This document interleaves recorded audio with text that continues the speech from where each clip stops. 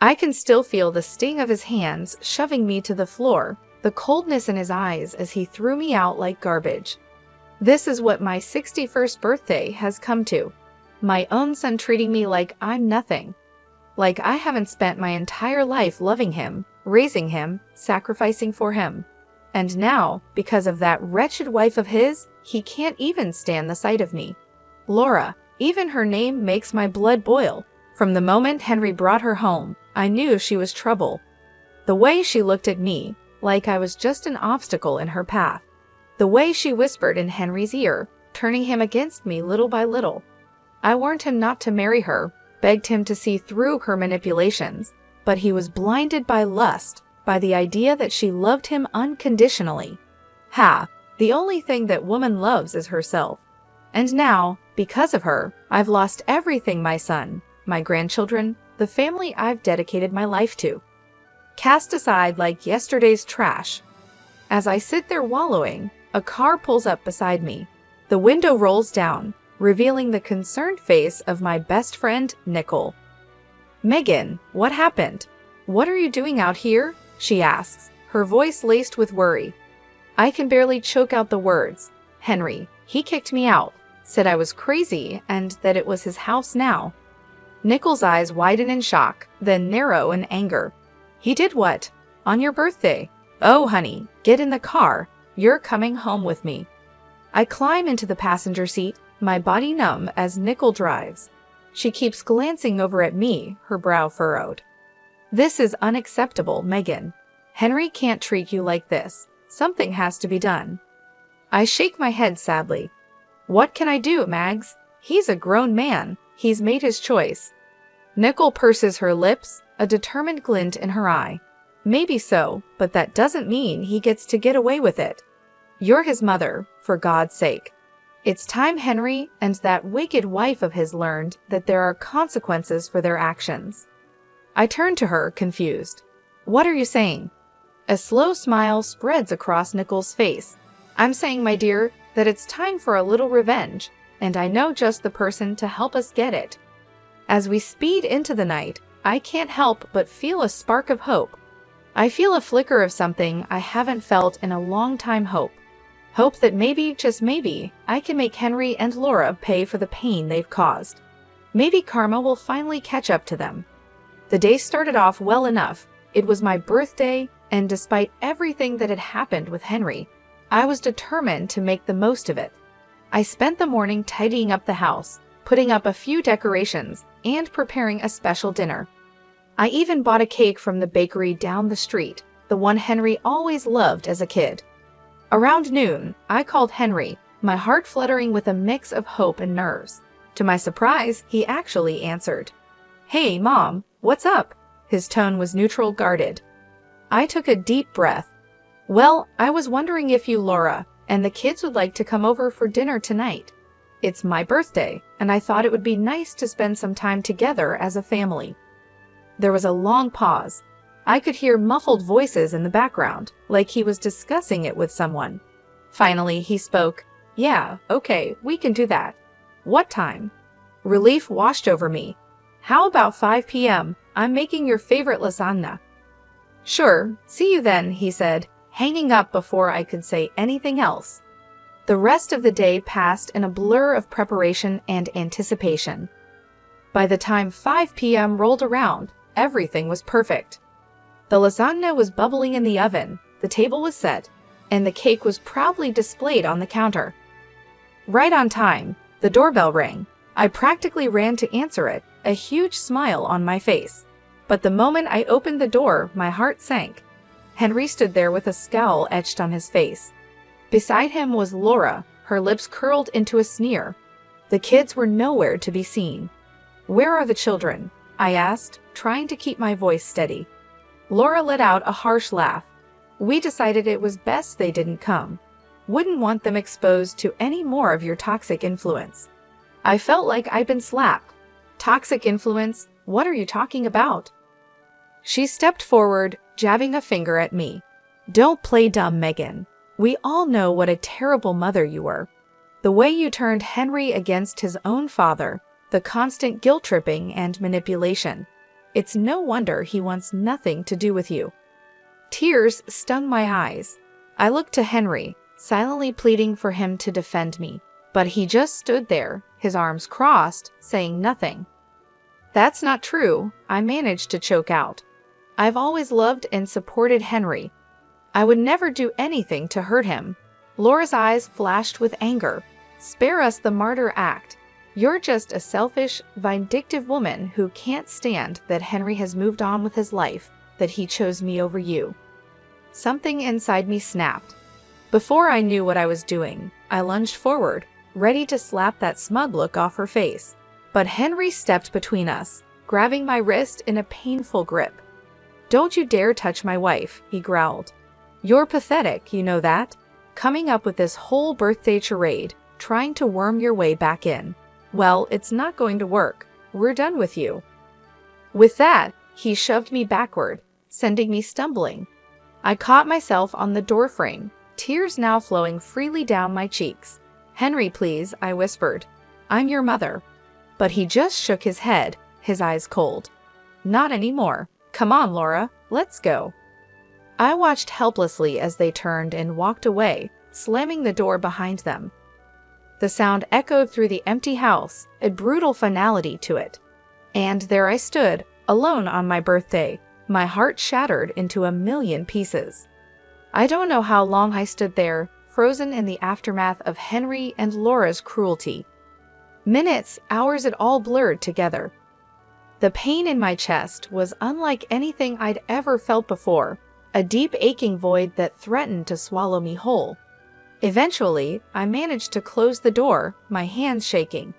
I stumbled to the couch, collapsing onto the cushions as sobs racked my body. How could he do this to me? My own son treating me like I was nothing, like I hadn't spent my entire life loving and caring for him. The sound of my phone ringing jolted me out of my despair. I glanced at the screen, seeing Nicole's name. For a moment, I considered ignoring it, not wanting to burden her with my problems. But the thought of facing this alone was too much to bear. I answered, my voice thick with tears. "Hello. Megan, what's wrong? Did something happen with Henry?" The concern in her voice was my undoing. I broke down, the whole sordid story spilling out between gasps and sobs. Nicole listened patiently, offering words of comfort and support. "That's it," she said firmly when I finished. "This has gone too far. Henry and Laura can't keep treating you like this. It's time for them to face some consequences." I sniffled, wiping my eyes. "What do you mean?"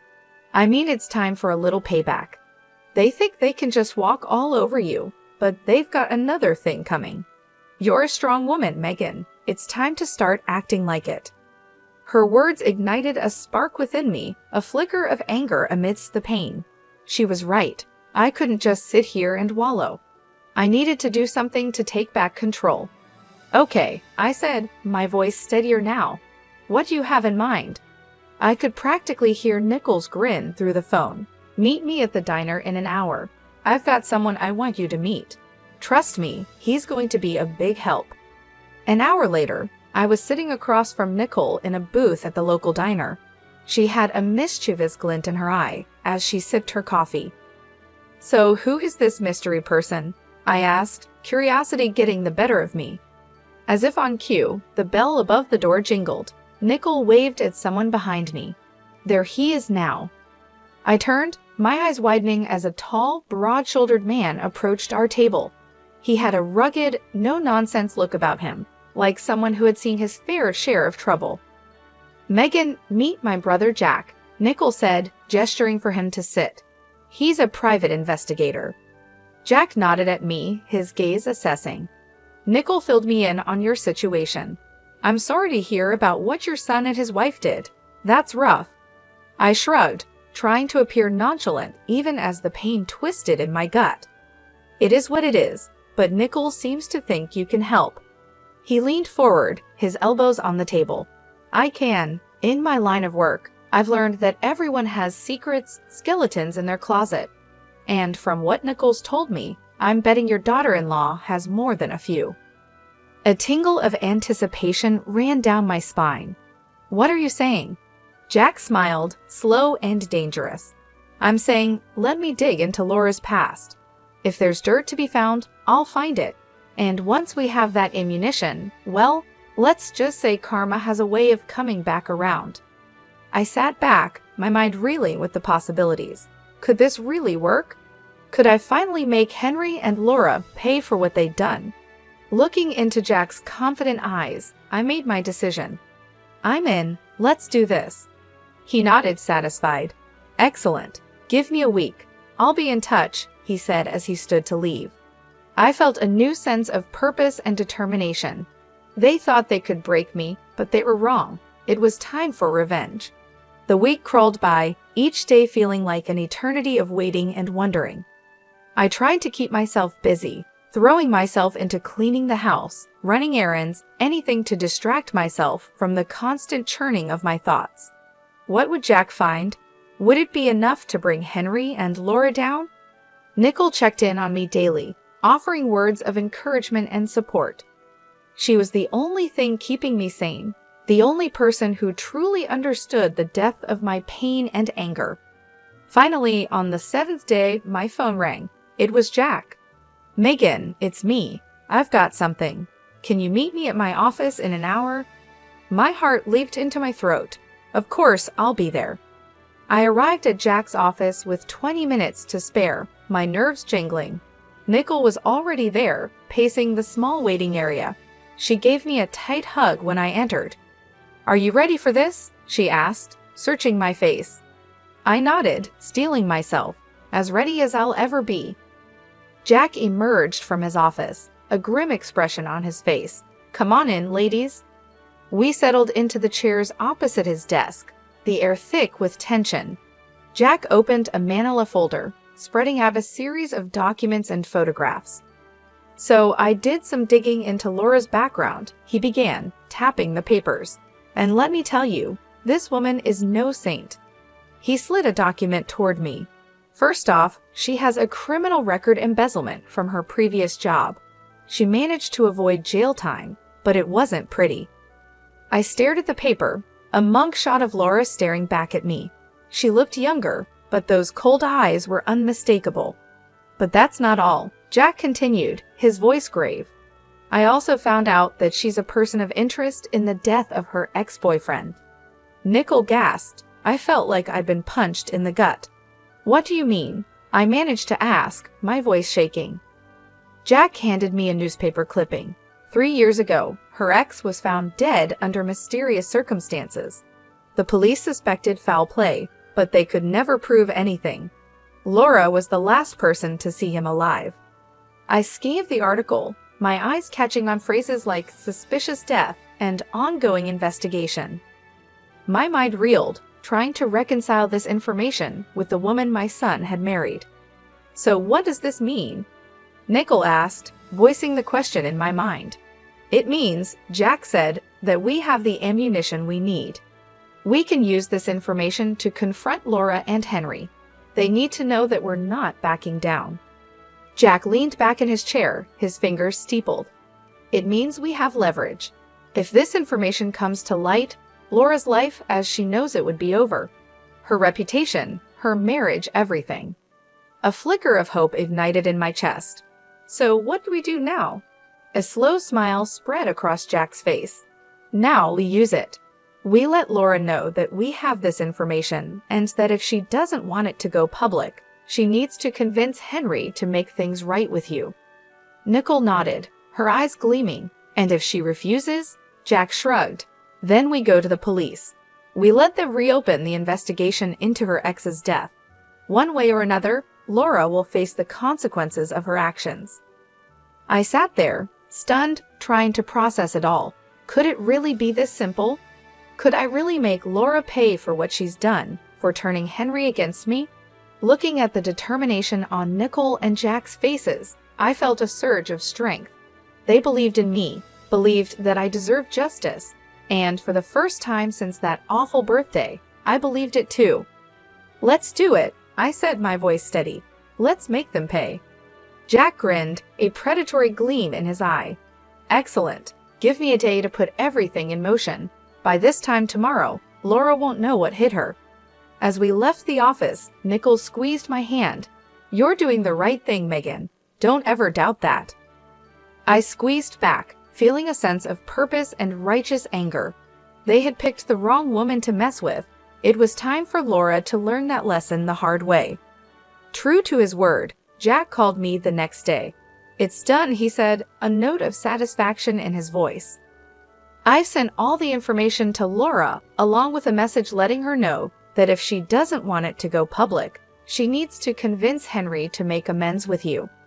I felt a thrill of anticipation mixed with nervousness. Do you think it will work? Only one way to find out. But trust me, with the dirt we have on her, she'd be crazy not to comply. I hung up, my mind racing. Would Laura really cave? Would she really force Henry to apologize and make things right? A part of me dared to hope, even as another part whispered that it was too good to be true. Hours passed with no word. I paced my living room, jumping at every sound, convinced it was the doorbell or the phone. But as evening fell, there was still nothing. I was about to give up and go to bed when there was a pounding at the door.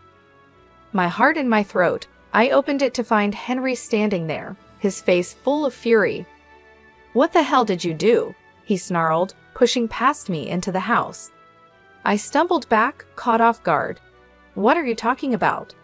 He turned on me, his eyes blazing. "Don't play dumb.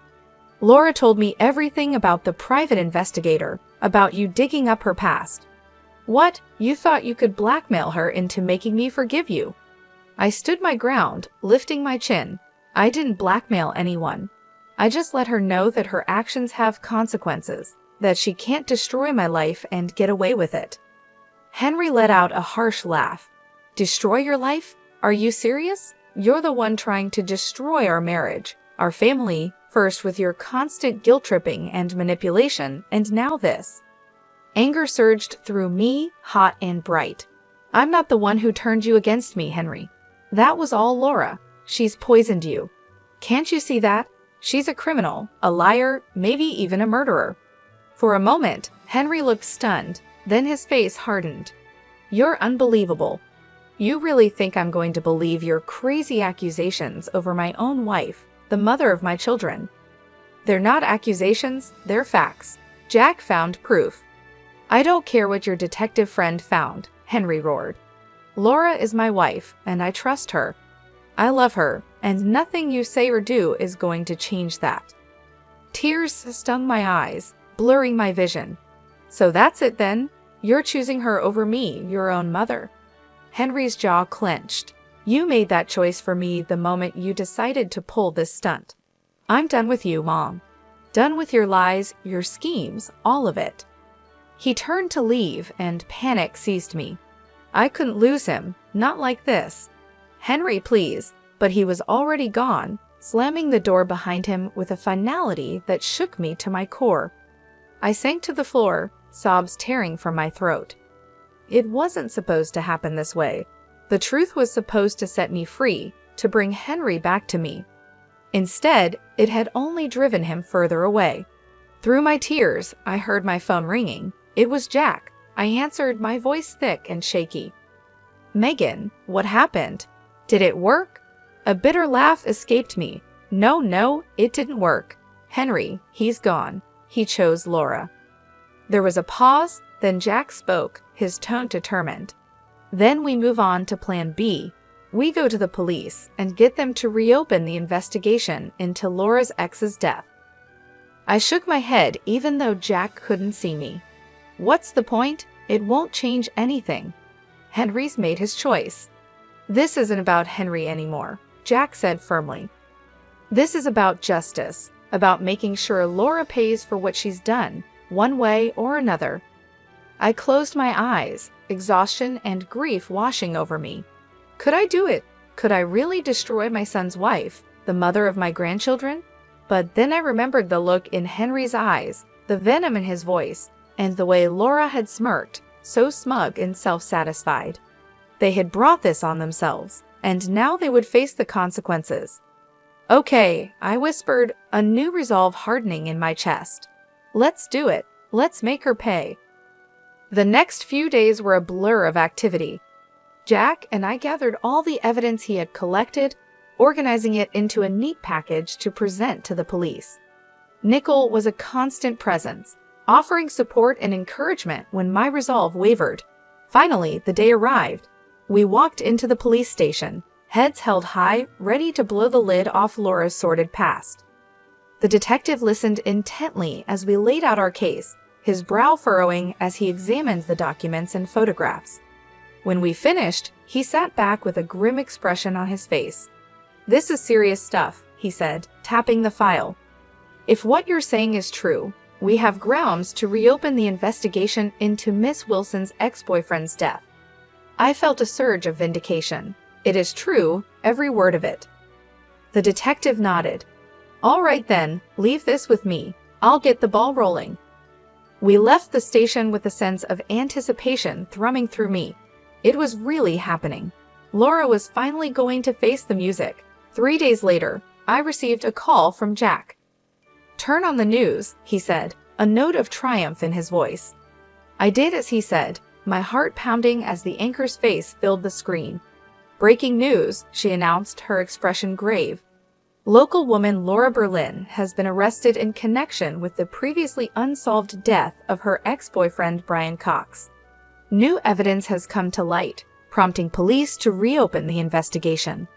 I watched, transfixed, as they showed footage of Laura being led out of her and Henry's house in handcuffs, her face a mask of shock and anger. Henry followed behind, looking stunned and lost. A fierce satisfaction burned in my chest. She was finally getting what she deserved. But my joy was short-lived. The news report went on to describe how Henry had to use their savings to post Laura's bail and hire a lawyer. It was a financial blow, one that would undoubtedly put a strain on their marriage. I should have felt guilty knowing that I had played a part in their hardship, but all I could think was that it served them right. They had brought this on themselves with their cruelty and lies. Over the next few weeks, I watched from afar as the drama unfolded. Laura's arrest made headlines, and the public was ruthless. People speculated about her involvement in her ex's death and what other secrets she might be hiding. Henry put on a brave face, standing by his wife in public, but I could see the toll it was taking on him. He looked haggard, worn down by the constant scrutiny and whispers. Part of me wanted to reach out, to offer comfort and support, but I hardened my heart. I reminded myself of how he had cast me aside, the vicious words he had hurled at me.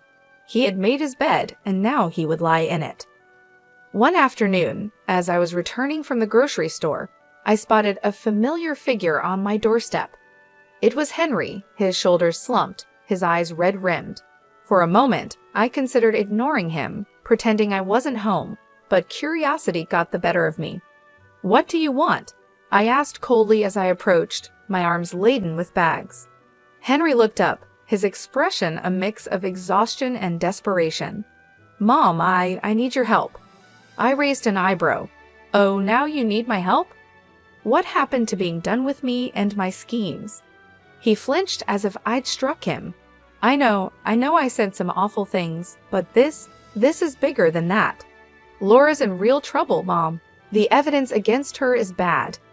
A flicker of unease passed through me. "What are you saying?" Henry's voice broke. "I'm saying I don't know what to do. The lawyer fees alone are bankrupting us. And if Laura goes to prison, I can't raise the kids on my own. I need you, Mom, please." I stared at him, torn between the urge to comfort and the desire to lash out. He looked so broken, so defeated. But then I remembered the pain he had caused, the way he had abandoned me. I straightened my spine, my voice like ice. "You should have thought of that before you turned your back on me. I'm sorry, Henry, but you're on your own." With that, I brushed past him, ignoring his pleas and apologies. He had made his choice, and now he would live with the consequences. A few days after Henry's desperate visit, I received an unexpected call. It was Laura's mother, her voice tight with barely contained anger. "Megan, I know we've had our differences, but I need to ask a favor," she said, the words seeming to pain her. I felt a flicker of surprise. "What kind of favor?" "It's the kids. With everything going on with Laura's case, Henry's struggling to keep up. He needs a break. I was hoping you could take the children for the weekend. I hesitated, torn. On one hand, the thought of spending time with my grandchildren filled me with longing. It had been so long since I'd seen them. But on the other hand, the idea of doing anything to help Henry and Laura after everything they'd done galled me.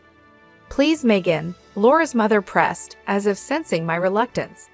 I know you love those kids. They need some stability right now, and Lord knows they won't get it from Henry or Laura. I sighed, my resolve crumbling. She was right. Whatever issues I had with their parents, my grandchildren were innocent. They deserved better than to be caught in the middle of this mess. All right, I agreed. I'll take them for the weekend, but I'm doing this for them, not for Henry or Laura. Of course. Thank you, Megan. I'll let Henry know to drop them off Friday evening. True to her word, Henry arrived on my doorstep that Friday with the kids in tow. He looked even worse than the last time I'd seen him, his face gaunt and shadowed. Mom, he greeted me, his voice hoarse. Thank you for doing this. I really appreciate it. I nodded stiffly, my attention on the children. They looked up at me, their eyes wide and uncertain. Grandma. My granddaughter cried, breaking into a smile. She rushed forward, wrapping her little arms around my waist. I hugged her back, blinking back sudden tears. Hello, sweetheart. I've missed you. My grandson was more reserved, hovering by Henry's side. I knelt down, opening my arms. Come here, buddy. It's okay. Slowly, he stepped into my embrace, his small body trembling. My heart ached for him, for both of them. Henry cleared his throat. I'll pick them up Sunday evening. If anything comes up, just give me a call. I straightened, meeting his gaze coolly. We'll be fine. Enjoy your weekend.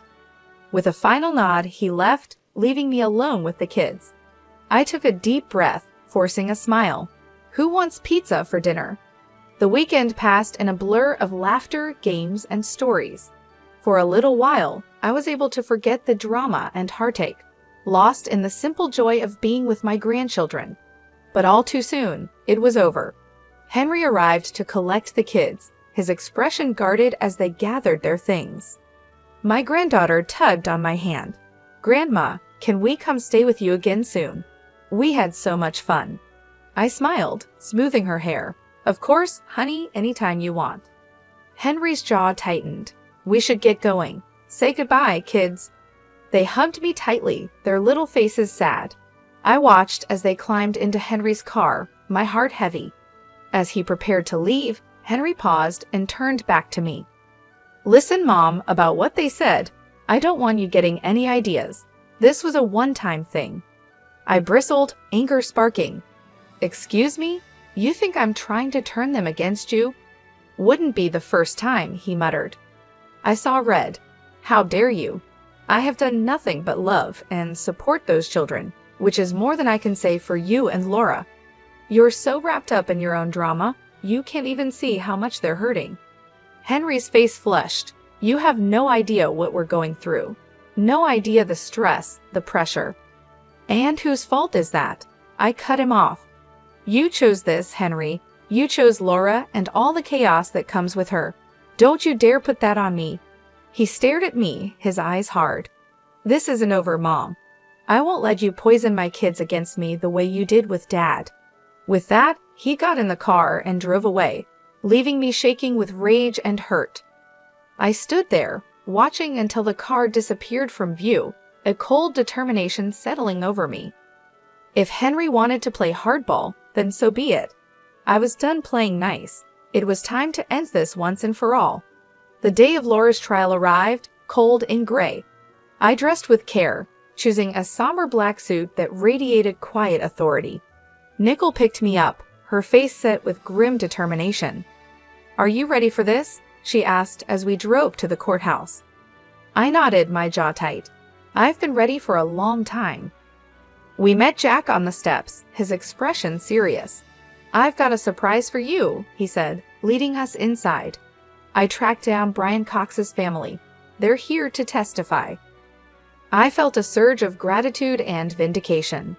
With their testimony, Laura's fate would be sealed. The courtroom was packed, the air thick with tension.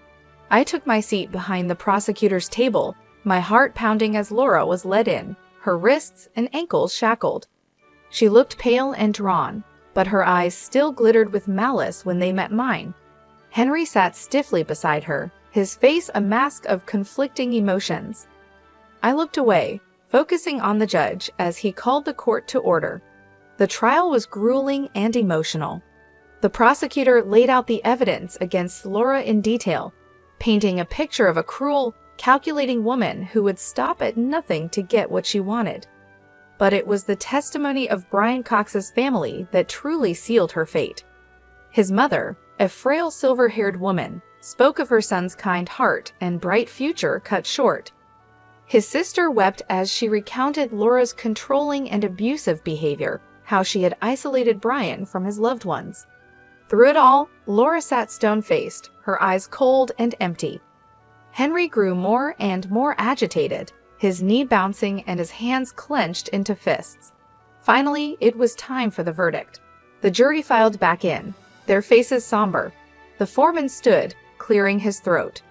In the matter of the state versus Laura Berlin, on the charge of murder in the first degree, we find the defendant guilty. The courtroom erupted in gasps and murmurs. Laura's face drained of color, her mouth falling open in shock. Henry leaped to his feet, his chair clattering to the floor. "No," he shouted, his voice raw with anguish. "No, this is wrong. She's innocent." The judge banged his gavel, calling for order. "Mr. Wilson, control yourself, or I will have you removed from this courtroom." Henry subsided, collapsing back into a seat, his head in his hands. Laura turned to him, her expression desperate. "Henry, do something. You can't let them do this to me." But Henry wouldn't look at her, his shoulders shaking with silent sobs. The bailiff stepped forward, preparing to lead Laura away. I watched, a strange mix of emotions swirling within me. Triumph, yes, but also a hollow sort of sadness. It had come to this, my own son broken and humiliated, his life in ruins. As Laura was escorted out, she turned back, her eyes locking with mine. In that moment, I saw the depth of her hatred, the venom in her soul. "This isn't over," she hissed, her voice low and deadly. "I'll make you pay for this, I swear it." I met her gaze steadily, unflinching. "You've already paid, Laura. You made your choices, and now you'll face the consequences. Goodbye." With that, I turned and walked out, my head held high. It was over. Justice had been served. But even as relief washed over me, a sense of sadness lingered. I couldn't shake the lingering unease. Henry's anguished face haunted me, the devastation in his eyes. Had I gone too far? Had my quest for revenge blinded me to the collateral damage? I shook my head, pushing the doubts aside. No, Henry had made his bed, and now he would lie in it. He had chosen Laura, chosen to turn his back on me. Now he would have to live with the fallout. I stepped out into the cold gray day, drawing my coat tighter around me. It was time to move on, to build a new life for myself. A life without Henry, without Laura's toxic influence. A life of my own making.